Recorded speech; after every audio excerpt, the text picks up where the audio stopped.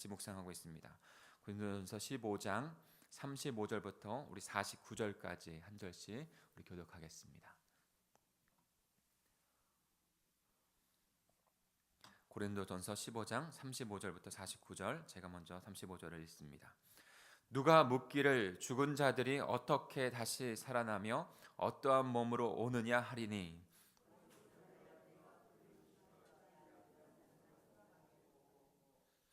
또 내가 뿌리는 것은 장래의 형체를 뿌리는 것이 아니요 다만 밀이나 다른 것의 알맹이 뿐이로다.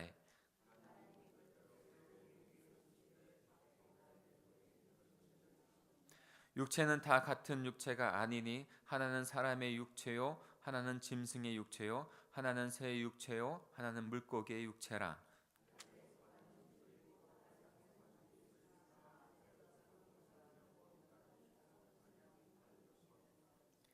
해의 영광이 다르고 달의 영광이 다르며 별의 영광도 다른데 별과 별의 영광이 다르도다.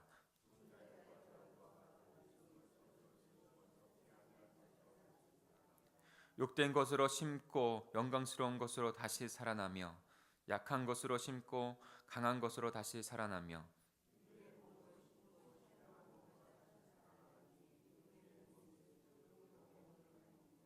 기록된 바 첫사람 아담은 생명이 되었다 함과 같이 마지막 아담은 살려주는 영이 되었나니,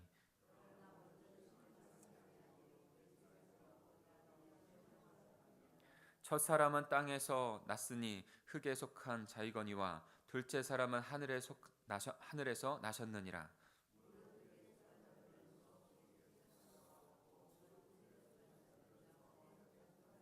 같이 읽겠습니다.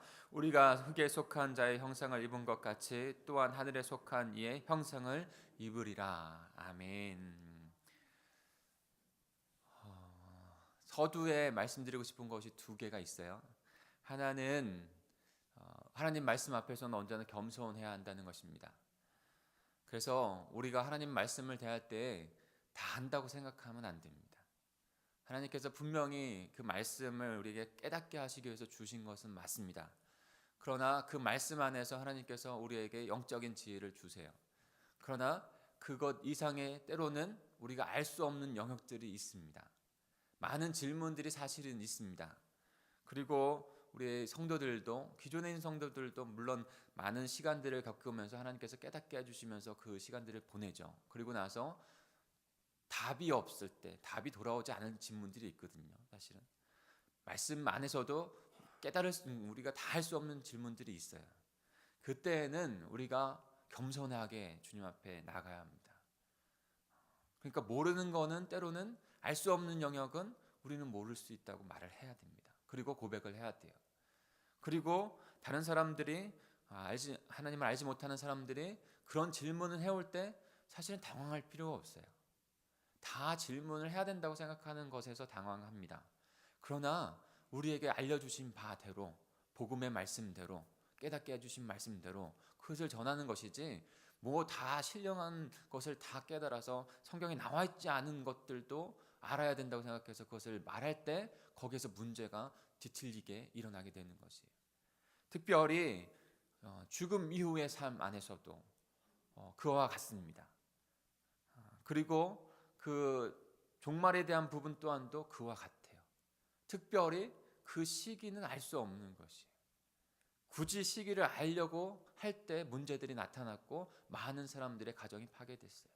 그러니까 우리는 주님께서 분명히 복음 가운데 우리를 구원하여 주시고 영원한 생명을 주신 가운데 이 땅 가운데 우리에게 사명을 주신 대로 교회 공동체를 이루어가면서 그 사명을 다하는 것이에요.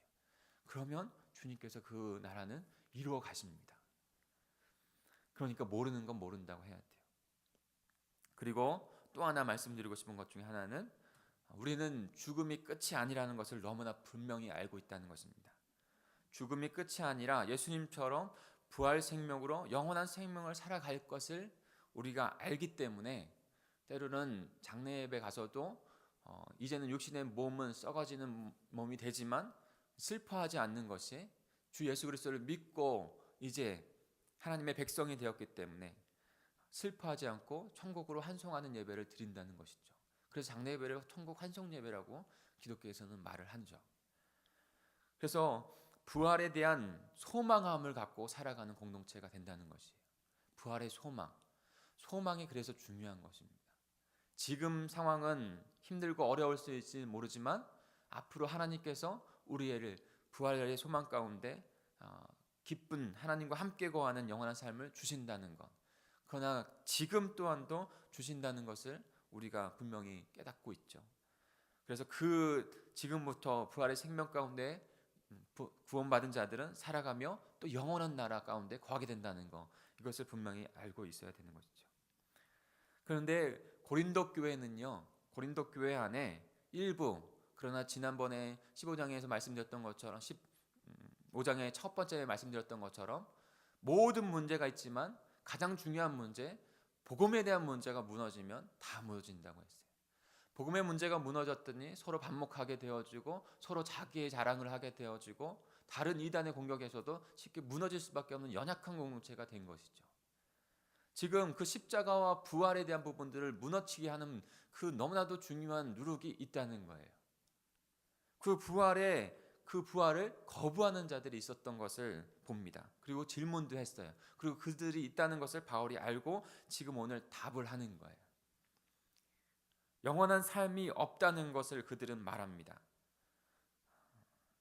바울은 그들에 대한 의심, 그들에 대한 질문에 35절에 분명하게 답을 합니다.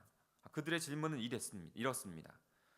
부활이 어떻게 일어나는지 보여주십시오. 어떻게 다시 살아나며 35절에 나와 있죠. 그리고 나서 도대체 부활의 몸은 어떻게 생겼습니까? 어떠한 몸으로 옵니까? 라고 묻고 있는 거예요. 부활을 의심하면서 어떻게 다시 살아납니까? 그리고 어떠한 몸으로 옵니까? 이 두 가지 질문의 답을 지금 오늘 바울이 하고 있습니다. 그러나 우리가 주일에 말씀을 묵상했던 것처럼 그 하나님의 말씀 성경에는요, 분명히 영원한 삶과 생명이 있다고 우리에게 전해주고 있습니다. 예수 그리스도께서 부활의 생명과 삶을 위해서 십자가에서 죽으셨고 다시 부활하신 것이에요. 그 부활의 생명과 삶이 없다면 예수님께서 굳이 그 죄 가운데 죽음이 끝이라면 예수님께서 그걸 굳이 십자가에서 죽으실 필요가 없어요. 계속해서 모든 죄를 사할 필요가 없어요. 그리고 다시 부활할 필요가 없으셨어요. 그리고 죽음 이후에 아무것도 없는데요.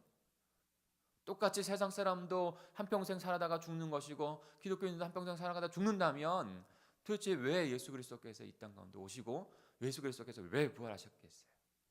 분명하게 지금부터 영원까지 우리의 부활의 생명과 삶은 분명히 있는 것이고 그것을 위해서 예수 그리스도께서 우리를 위해서 죽으시고 다시 부활하셨다는 것을 성경은 끊임없이 객관적이고 진리의 사실을 선포하고 있다는 사실입니다. 그렇다면 바울은 고린도 교회 부활의 몸에 대해서 어떻게 선포해 주고 있을까요? 그리고 다시 우리도 그 부활의 신앙 가운데 어떻게 중요한 복음의 도축인 십자가 부활의 신앙을 붙잡고 오늘을 소망 가운데 기쁨 가운데 살아가야 할까요? 함께 묵상하기 원합니다. 우리 천천히 다시 한번 35절부터 40절까지 말씀을 읽겠습니다. 묵상하는데 그 부활의 형체가 어떻게 다시 올까? 두 가지 질문이라고 그랬죠. 어떻게 다시 살아나며 어떠한 몸으로 오느냐? 어떻게 살아나며 어떠한 몸으로 오느냐? 어떠한 몸에 대한 어떤 그 질문에 대한 그 빗대어서 자연에 빗대어서 특별히 씨나 형체에 대한 부분을 빗대어서 말해주고 있고 그 다음에 중요한 내용을 그 다음에 다루고 있어요. 같이 한번 읽어보겠습니다. 시작. 누가 묻기를 죽은 자들이 어떻게 다시 살아나며 어떠한 몸으로 오느냐 하리니 어리석은 자여 내가 뿌리는 씨가 죽지 않으면 살아나지 못하겠고 또 내가 뿌리는 것은 장래의 형체를 뿌리는 것이 아니요 다만 민이나 다른 것의 알맹이 뿐이로되 하나님의 그 뜻대로 그들에게 형체를 주시되 각 종자에게 그 형체를 주시느니라. 육체는 다 같은 육체가 아니니 하나는 사람의 육체요 하나는 짐승의 육체요 하나는 새의 육체요 하나는 물고기의 육체라. 하늘에 속한 형체도 있고 땅에 속한 형체도 있나니 하늘에 속한 것의 영광이 따로 있고 땅에 속한 것의 영광이 따로 있으니. 네. 지금 바울은 최대한적으로 영에 대한 하늘에 대한 말씀을 하고 있어요. 우리가 이해할 수 있는 언어로. 그러나 이해할 수 있는 언어로 할 때에 때로는 우리의 한계 때문에 이해가 되어지지 않는 것이지, 하나님의 나라 영원한 것에서는, 하나님 안에서는 다 이해가 되어지는 것이에요. 그런데 우리의 인간으로 우리가 이해할 수 있는 방법으로 하기 때문에 때로는 그것에 대한 반론도 할 수 있어요. 믿음은 이성적인 것이 아니에요. 믿음의 생명은 하나님께서 주신 은혜로 되어진 것이지 세상적인 합리화 이성이 아닙니다. 근데도 바울은 그것에 대해서 설명을 하고 있어요. 특별히 씨와 같은 것, 마치 죽은 것 같은 생명이지만, 죽은 생명이지만 그 씨 그리고 그 씨앗과 나중에 되는 형체가 전혀 다르지 않습니까? 바울은 그것을 빗대어서 부활에 대한 부분들을 말씀하고 있습니다. 죽은 것 같은 씨를 심었는데 이내 다른 식물이 나타나서 무성하게 되어진다는 것. 마치 참외 씨를 심었는데 그 참외 씨가 참외를 보입니까? 보이지 않죠. 그러나 그것이 자라났을 때는 다른 무성한 참외가 열리는 것 같은 그런 모습, 땅에 묻힌 죽은 몸과 같지만 부활의 몸도 전혀 다른 모습으로 나타내게 된다는 것이죠. 한 가지 분명한 것은요, 다르다는 것입니다. 다른 몸. 마태복음 17장 1절 2절에 보면요, 그 다른 몸에 대한 것의 힌트를 예수님께서 우리에게 보여주세요. 어떤 것이냐면 변화산에 대한 모습입니다. 변화산. 17장 1절 2절 제가 읽어드리겠습니다. 엿새 후에 예수께서 베드로와 야고보와 그 형제 요한을 데리시고 따로 높은 산에 올라가셨더니 그들 앞에서 변형되사 그 얼굴이 해같이 빛나며 옷이 빛과 같이 희어졌더라. 예수님께서 육신의 몸을 입고 우리와 똑같이 오셨어요. 인간이십니다. 인간이세요. 그러나 이 땅 가운데 우리에게 마지막 부활의 몸, 변화될 몸을 보여주셨어요. 변화된 모습에서 정말 그 얼굴이 해같이 빛났으며 옷이 빛과 같이 희어진 모습. 그럼 인간의 언어로 이해할 수 있는 정도 그것을 보여준 것이지만 정말 영혼 속에서 무한한 영광을 우리에게 보여주고 있는 거예요. 우리가 다 알 수 있나요? 알지 못해요. 그러나 분명하게 깨달은 것은 부활의 몸, 예수 그리스도께서 우리에게 준 것은 너무나 전혀 다른 몸이라는 것이에요. 그러면서 주님께서 바울을 통해서 우리에게 깨닫게 하시는 것은, 그러나 이러한 몸 정도 우리를 더 이해되게 하고 깨닫게 해 주십니다. 어떠한 몸으로 다시 부활의 몸을 입게 될 것인가, 이 부분이 우리에게 구체적으로 말씀해 주는 바울의 메시지입니다. 우리 42절부터 44절까지 같이 읽어보겠습니다. 우리의 썩어진 몸이요 다시 부활의 몸으로 어떻게 되는지 그 요소들을 4가지로 말하고 있어요. 같이 읽겠습니다. 시작.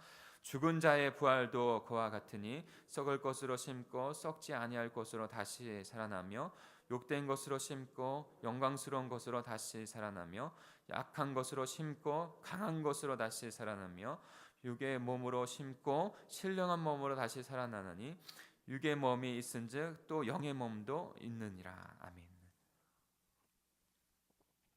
지금 4가지의 요소, 어떠한 몸이라고 하는 건 어떻게 부활하냐, 어떠한 몸으로 부활하냐라고 했을 때 어떠한 몸으로 부활하냐를 우리에게 말씀해 주고 있어요. 첫 번째로는요, 42절에 보면 썩지 아니할 몸을 심었는데 썩을 몸을 심었는데 썩지 아니할 몸이 되었다는 거예요. 썩지 아니할 몸. 현재 우리의 몸은요, 아무리 강건해도요, 건강하고 아름답더라도요, 늙고 병들고 죽을 수밖에 없는 것. 생로병사의 그 과정 어느 누구도 다 겪을 수밖에 없는 자들인 것이죠. 우리의 몸은 썩을 몸이 됩니다. 영원하지 않습니다. 그런데 우리는 그 천국 백성 되어지고 하나님께서 부활 생명을 얻게 하심으로 말미암아 썩지 아니하는 영원한 몸으로 천국에서 살게 될 것이라는 것이죠. 부활의 몸은요, 바로 이와 같은 거예요. 썩지 아니할 그 몸으로 하나님과 함께 영원한 삶을 누리게 되는 그와 같은 몸이 된다고 말씀하고 있습니다. 두 번째는요, 영광스러운 몸이에요. 영광스러운 몸. 43절 앞부분에 보면 이렇게 나와 있어요. 43절에 보면 이렇게 나와 있어요. 영광스러운 것으로 다시 살아나며, 욕된 것으로 심었는데 우리의 그 제약된 몸으로 되어 있었지만 영광스러운 주님의 은혜로 말미암아 영광스러운 몸으로 다시 변형되어져서 하나님 앞에 서게 된다는 것이죠. 부활의 생명의 모습은 해같이 빛나는 영광스러운 몸이 되는 거예요. 주님과 같이, 마치 주님과 같이. 그날에 주님의 영광이 저와 여러분에게 가득할 줄 믿습니다. 소망하십시오. 썩지 아니할 몸 소망하고 영광스러운 몸을 소망하고, 또 하나 소망할 것은 강한 몸입니다. 강한 몸, 강한 몸이 되어진다는 거예요. 45절 후반절에 보면 약한 것으로 심고 강한 것으로 다시 살아나며라고 했어요. 약한 것으로 심고 강한 것으로 다시 살아나며. 우리의 육체는 지치고 피곤하고 병들게 되죠. 계속적으로 강건할 수가 없습니다. 그러나 부활의 몸은요, 약한 것으로 심고 강한 것으로 다시 살아나는 몸이에요. 부활의 몸은 영원히 지치거나 피곤하지 아니하는 강한 몸이 됩니다. 이 세상에 아무 어떤 사람도 질병 가운데, 아픔 가운데 완전할 자는 아무도 없어요. 그러나 부활의 몸은요, 어떠한 질병도 어떠한 고통도 그 영향을 미칠 수 없는 강인한 몸이 되는 것이에요. 그리고 마지막으로 우리에게 보여주고 있는 것은 44절의 말씀과 같이 육의 몸으로 심고 신령한 몸으로 다시 산다는 거예요. 다시 살아난다. 신령한 몸으로. 육의 몸은 육체의 어떤 얽매임 가운데 속해 있는 것이죠. 제 유혹 가운데 수많은 어떤 욕심과 형욕에 물들어 있는, 속해 있는, 얽매여 있는 몸이죠. 그러나 이후에 우리가 부활의 육체를 갖게 될 때에는 그런 모든 얽매이기 쉬운 그 정욕과 욕심과 그리고 유혹에서도 강하게 어떤 것도 영향을 받지 아니하는 그런 몸이 되어집니다. 부활의 몸은 성령의 인도하심대로 온전히 순종하며 살아가는 몸이 되는 것이죠. 누가복음 20장에 보면 예수 그리스도께서 그런 모습을, 신령한 부활의 모습과 같은 모습을 우리에게 보여주시죠. 예수님께서 그래서 시공간에 통제를 받지 않으세요. 제한을 받지 않으세요. 육신으로 입고 왔을 때는 시공간에 영향을 받습니다. 그러나 부활한 목체 가운데는 시공간에 영향을 받지 않아요. 영혼 속에서, 그리고 그것의 자유함을 얻고 신령한 몸 가운데 그렇게 살아가게 되시는 것이죠. 우리도 그와 같이 되는 거예요. 신령한 몸을 입는 것입니다. 여러분, 한 가지는 이러한 것 가운데 제가 조금 말씀드리고 넘어갈 것은, 신령한 것에 대한 모습들을 우리는 영혼에 살아가는 것이기 때문에 육체의 언어로 그것들을 표현합니다. 근데 그것이 자칫 잘못해서 너무도 신비적인 것에 가서 그것만 추구하면 안 되는 것이에요. 분명히 그 하나님의 영적인 생명은 우리 육신의 생명과 연결되어져 있어요. 그러니까 그것을 소망하면서 그 정도, 어떤 하나님께서 알게 하신 정도로 우리가 깨닫고 살아가는 것이고, 때로는 그것을 소망하면서 이 땅 가운데, 삶 가운데 연결하여 충실하게 주님 앞에 우리의 삶을 드리는 삶을 살아야 됩니다. 그것이 너무나 이 심리적인 쪽으로 가면 이 땅의 삶에 등한시하면서 그렇게 자기의 삶을 내려놓고 가족도 버리고 하는 삶 가운데 나갈 수밖에 없는 것을 우리가 때로는 보죠. 그러니까 그것에 대한 신앙의 균형이 있어야 돼요. 그리고 주님께서 말씀하신 대로만, 그리고 지금 이렇게 말씀해 주신 것에 대한 부분들은 지금 이 땅 가운데서도 소망 가운데 살아가는 능력으로 나타나지만 결국에는 마지막에 이루어질 일이에요. 지금 이 땅 가운데 시공을 초월할 수 있는 몸을 입은 사람은 없어요. 그런데 그와 같이 잘못된 신앙 가운데 지금 나에게 그런 신비적인 모습으로 살아갈 수 있다라고 생각하는 것은 오해입니다. 우리 45절부터 47절까지 같이 읽어볼까요? 그러나 그 부활에 어떻게 부활의 생명이 우리에게 주어지는지 그 부분들을 더 바울은 말씀해 주고 있는데요. 어떻게 보면 이 부분이 더 중요한 것이에요. 그 은혜 가운데 살아가는 것. 같이 읽겠습니다. 시작. 기록된 바 첫사람 아담은 생명이 되었다 함과 같이 마지막 아담은 살려주는 영이 되었나니, 그러나 먼저는 신령한 사람이 아니요 육의 사람이요 그 다음에 신령한 사람이니라. 첫사람은 땅에서 났으니 흙에 속한 자이거니와 둘째 사람은 하늘에서 나셨느니라. 아멘. 어떻게 부활의 생명을 얻겠습니까? 첫 번째 아담은 생명을 얻었고요. 마지막 아담 예수 그리스도는 생명을 주는 영이 되셨습니다. 영원한 생명을 주는 영. 육체의 생명이 먼저 오고 영적인 생명이 그 다음에 온다는 것을 바울은 지금 말씀하고 있습니다. 기초는 흙으로부터 단단히 빚어졌지만 최종적으로 생명은 하늘에서부터 온다는 것이에요. 그래서 지난 주일에 하늘의 떡 예수 그리스도를 통해서 우리가 영원한 생명과 삶을 얻게 된다는 것을 분명하게 보았지 않습니까? 첫 번째 사람은 흙에서부터 이루어졌지만 흙에서 속한 사람이 되었지만 두 번째 사람은 하늘에 섰고 하늘에 속한 사람이 된 것입니다. 그래서 마지막으로 제가 좀 말씀드리고 싶은 것은 부활의 생명을 얻기 위해서 이 말씀이 우리에게 주고 있는 것, 그리고 예수님을 통해서 우리가 깨닫는 것, 어떻게 부활합니까? 죽어야 부활한다는 것이. 죽어야 부활. 우리의 육신의 몸이, 우리의 육신의 정욕이 그 십자가에서 죽어야 한다는 것이죠. 예수 그리스도께서 육신의 옷을 입고 먼저 오셔서 십자가에서 죽으셨어요. 예수님이 육신으로 죽지 않았다면 영원한 부활의 생명은 우리에게 주어지지 않았습니다. 육신을 입고 죽으셨어야 돼요. 분명히. 왜요? 육신을 입고 죄 졌던 우리를 위해서. 그리고 나서 다시 3일 만에 부활하신 것입니다. 부활의 몸으로 다시 우리 앞에 서신 것이죠. 우리도 예수님 안에서 예수님과 함께 죽어야 하는 것이죠. 그리고 죽고 예수님과 함께 다시 부활해야 합니다. 그럴 때 부활의 몸, 부활의 생명으로 살아갈 수 있게 되는 것이죠. 사랑하는 성도 여러분, 우리는 어떻게 살아야겠습니까? 그 어떻게가 그래서 부활 생명과 삶을 얻은 자 어떻게 살아가야 될지가 이제는 48절 49절에 결론적으로 바울이 우리에게 주고 있는 거예요. 같이 읽겠습니다. 시작. 무릇 흙에 속한 자들은 저 흙에 속한 자와 같고 무릇 하늘에 속한 자들은 저 하늘에 속한 이와 같으니 우리가 흙에 속한 자들의 형상을 입은 것이 같이 또한 하늘에 속한 이의 형상을 입으리라. 아멘. 말씀해 보면 입으리라고 하는 소망의 미래에 대한 적으로 말씀하고 있지만 현재 진행에 대한 말씀을 하고 있는 거예요. 현재부터 마지막 완성될 것까지 진행된다는 것이에요. 그러니까 하늘에 속한 영적인 예수 그리스도의 생명을 얻은 자로 이 땅 가운데서 살아가야 한다는 것이죠. 부활의 생명과 삶을 통해서.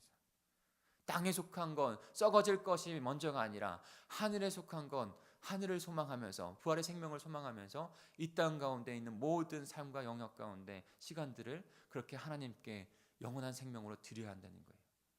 주일에 말씀드렸던 것처럼 우리의 삶의 목적과 목표가 썩어질 것에 있지 않습니다. 하늘에 속한 것에 있어요. 그러므로 말미암아 이 땅의 삶도 하늘에 속하져 있는 영역으로 되어집니다. 사랑하는 성도 여러분, 소망하십시오. 부활의 몸 될 것을. 그 마지막에 그 신령한 몸, 그 영광스러운 몸, 강한 몸, 썩지 아니할 몸, 예수 그리스도와께서 보여주신 그 변형되신 몸으로 우리는 지금도 그 생명 가운데 우리의 마음 가운데는 심겨져 있는 생명 가운데 살아가고 있고 마지막 영광스러운 그 날에는 그렇게 주님과 같이 되어 영원한 주님의 삶을 주신 삶을 살아가게 될 줄 믿습니다. 오늘도 소망하시고 힘차게 살아가시는 저와 여러분 우리 공동체가 되길 간절히 축복합니다. 우리 같이 기도하겠습니다.